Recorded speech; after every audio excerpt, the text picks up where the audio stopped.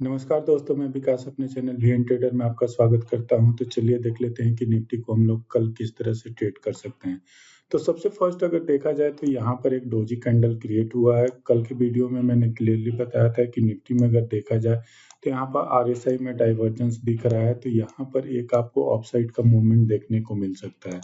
इसका हम लोगों ने आवरली टाइम फ्रेम पर भी एनालिसिस किया था कि किस तरह से ये आपको डाइवर्जेंस वर्क कर सकता है। तो ये डाइवर्जन यहाँ पर क्लियर फाइंड आउट था कि यहाँ पर आपको एक डाइवर्सन दिख रहा था और यहाँ पर आज अपसाइड में मूवमेंट हुआ। कल के वीडियो में हम लोगों ने ये भी डिस्कस किया था कि यहाँ पर एक ट्रेंड लाइन है, अगर ट्रेंड लाइन का अगर ब्रेकआउट मिलता है तो आपको अपसाइड में एक मूवमेंट अच्छा देखने को मिलेगा। दोस्तों, आपसे रिक्वेस्ट है कि आप लोग चैनल को सब्सक्राइब कीजिए, वीडियो को लाइक कीजिए। आप लोग सब्सक्राइब नहीं करते हो, वीडियो बनाने में एफर्ट और टाइम दोनों काफी ज्यादा लगता है, तो आपसे रिक्वेस्ट है कि चैनल को सब्सक्राइब कीजिए। एटलीस्ट गैप फिलअप होता हुआ दिख सकता है। तो ये अब देखिए यहाँ पर अगर आवरली टाइम फ्रेम में अगर निफ्टी का एनालिसिस करेंगे तो यहाँ से ये गया, यहाँ पर पुल बैक हो सकता है या यहाँ पर कंसोलिडेट करके आपको एक ब्रेकआउट मिल सकता है जो 23,400 तक का अपसाइड में रेजिस्टेंस जो निकल रहा है वहां तक जाने की कोशिश कर सकता है। तो कल का डे इंटरेस्टिंग है कि ये ओपन कहाँ पर होता है। तो चलिए थोड़ा सा टाइम फ्रेम को हम लोग और नैरो कर लेते हैं। यहाँ 15 मिनट के टाइम फ्रेम में बाकी दिन तो आपको अच्छा मूवमेंट देखने को मिला। यहाँ पर अच्छा रेंज का भी ब्रेकआउट था और इस ये ट्रेंड लाइन का सपोर्ट के पास आया, यहाँ रेंज क्रिएट किया, उसके बाद एक अच्छा ब्रेकआउट मिला। लेकिन यहाँ पर देखा जाए तो आपको लास्ट आवर में ये काफी अच्छा सेलिंग भी देखने को मिला है या आप कह सकते हैं कि प्रॉफिट बुकिंग भी हुआ है।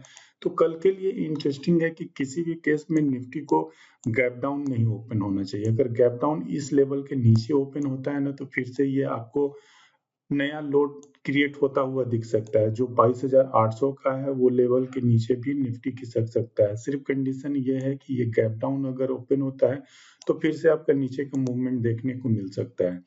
सेकेंड कंडीशन ये है कि अगर इसी रेंज में अगर ओपन होता है तो फिर से ये लास्ट जो हमारा स्विंग था इसके ऊपर तक यहाँ तक के अपसाइड में रेजिस्टेंस मिलेगा।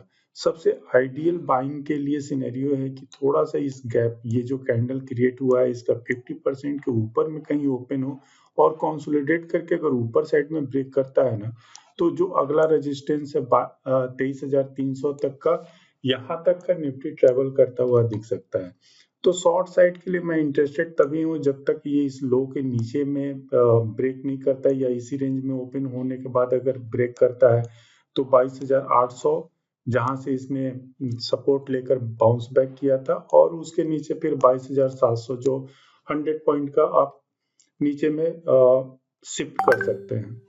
तो ये तो था निफ्टी के एनालिसिस। चलिए बैंक निफ्टी को देखते हैं। बैंक निफ्टी में मूवमेंट अच्छा हुआ है और बैंक निफ्टी में भी ऊपर से थोड़ा सा लास्ट आवर में आपको सेलिंग देखने को मिला है। लेकिन यहाँ पर अगर देखेंगे ना तो ये डब्ल्यू पैटर्न कहीं ना कहीं क्रिएट हो रहा है। यहाँ पर डबल बॉटम पैटर्न क्रिएट हो गया है। तो अगर एक दो दिन यहाँ पर कंसोलिडेट करके अगर ब्रेक करता है ना तो बजट के बाद इसमें अच्छा मूवमेंट हो सकता है और ये वाला मूवमेंट कैप्चर करना जरूरी है क्योंकि ये बड़े टारगेट हैं।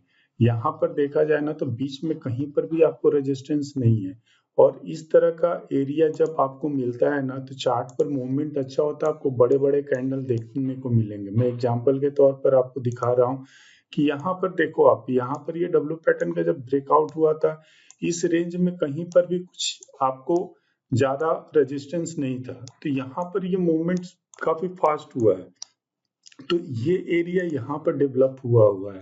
तो अगर यहाँ से अगर ये निकलता है तो आप अगर इस डबल बॉटम का कंफर्मेशन मिलता है तो ये वाला मूवमेंट जो होगा ना 52,000 तक, ये काफी फास्ट हमें देखने को मिल सकता है। चलिए अब 15 मिनट का टाइम फ्रेम पर देखते हैं कि निफ्टी कल, बैंक निफ्टी कल किस लेवल पर ट्रेड किया जा सकता है। तो इसके लिए भी सेम यही कंडीशन है कि अगर गैप डाउन ओपन होता है तो ये फिर इसी रेंज के अंदर में रह जाएगा, कहीं पर ज्यादा मूवमेंट नहीं देखने को मिलेगा। लेकिन सबसे अच्छा सिनेरियो है कि ये इस रेंज में अगर थोड़ा सा गैप अप ओपन हो और गैप अप ओपन होने के बाद 49,200 को अगर ब्रेक करता है तो फिर से ये आपका राउंड लेवल 49,500 और 49,700 जो अगला रेजिस्टेंस निकल कर आएगा इसी के आसपास में आएगा। अगर इसको हम लोग 1 आवर में अगर आप लोग देखोगे तो रेजिस्टेंस आपको वहीं देखने को मिलेगा। तो इसमें जो अगला रेजिस्टेंस है ये 49,600 और 700 के आसपास में थी। इस रेंज में कहीं ओपन होने के बाद अगर ऊपर में निकलता है तो एक मूवमेंट अच्छा देखने को मिल सकता है।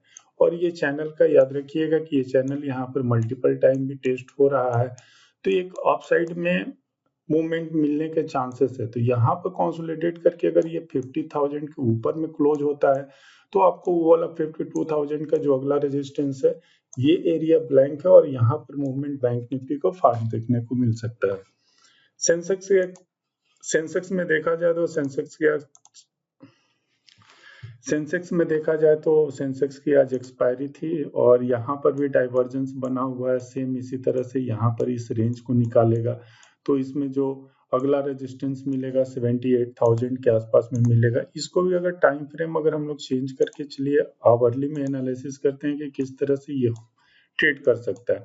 तो सबसे फर्स्ट अगर इसमें RSI इंडिकेटर को आप लोग ऐड करोगे ना तो ये इसमें भी डाइवर्जेंस बना हुआ है और डाइवर्जेंस आज रिफ्लेक्ट भी हुआ। यहाँ पर डाइवर्जेंस बना हुआ था जो कि आपका रिफ्लेक्ट भी किया, लेकिन यहाँ पर अगर देखा जाए तो लंबे टाइम से ये एक चैनल में ट्रेड कर रहा है और ये चैनल छोटा होते जा रहा है। तो इस रेंज को अगर ब्रेक करता है तो ये वाला रेजिस्टेंस है जो 77,500 के आसपास में आ रहा है और उसके बाद 78,000, ये दो ऊपर साइड के लेवल निकल कर आ रहे हैं। डाउन साइड में अभी थोड़ा सा मूवमेंट जब तक इस लो को ब्रेक नहीं करता है और वो भी वॉल्यूम के साथ नहीं ब्रेक करता है तब तक अच्छा रिस्क टू रिवार्ड नहीं मिलेगा।